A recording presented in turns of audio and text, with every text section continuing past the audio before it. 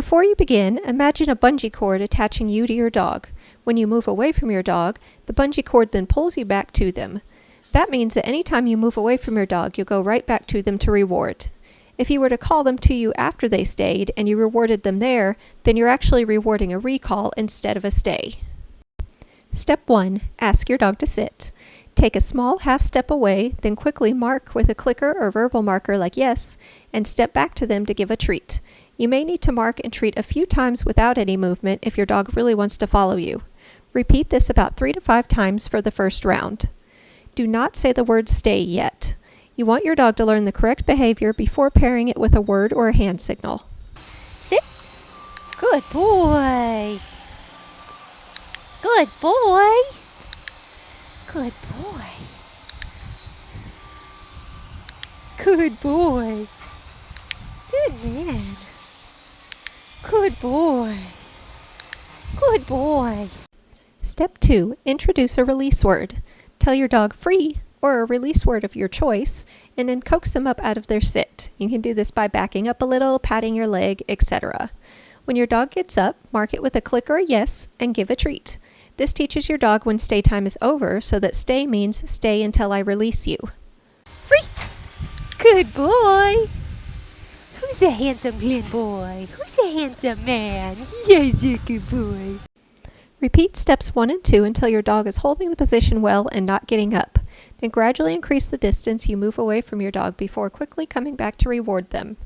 Continue to free often to keep each round short and successful. You will also gradually build more time between treats, but right now you want to reward your dog often to create a solid foundation. Sit. Good boy. What a good man you are. Good boy. Good boy. Such a good boy. Good boy. Good boy. Good boy. Free. Good boy. What a good man it is. If your dog pops up out of their sit before being released with free, then simply go back to them and ask for another quick sit to start over. If this happens more than once or twice in a round, then it's a good indicator that you're moving too fast for your dog and need to make things a little easier until they're staying more reliably. Whoop. Glenny, sit. Good boy. You can do the same process with a down stay, but before moving backwards from your dog, you'll first need to work on moving up from your dog as you stand up straight. Do this gradually, each time leaning back down to reward with a treat directly to their mouth or on the ground in front of them. After that, repeat the same way as with the sit-stay. What a good man. You lay down. Good boy. Good boy. Right there. Oh, here's another one. You not like it when it's on the ground? He's a good boy. Good boy. Good boy. Good boy. Free. Come on, bud. Good boy. What a good Glen man. Once your dog is reliably staying without getting up until released, you can finally add a hand signal and the word stay, or word of your choice. After your dog sits or lays down, face your palm outward toward them and say stay, and then practice as usual.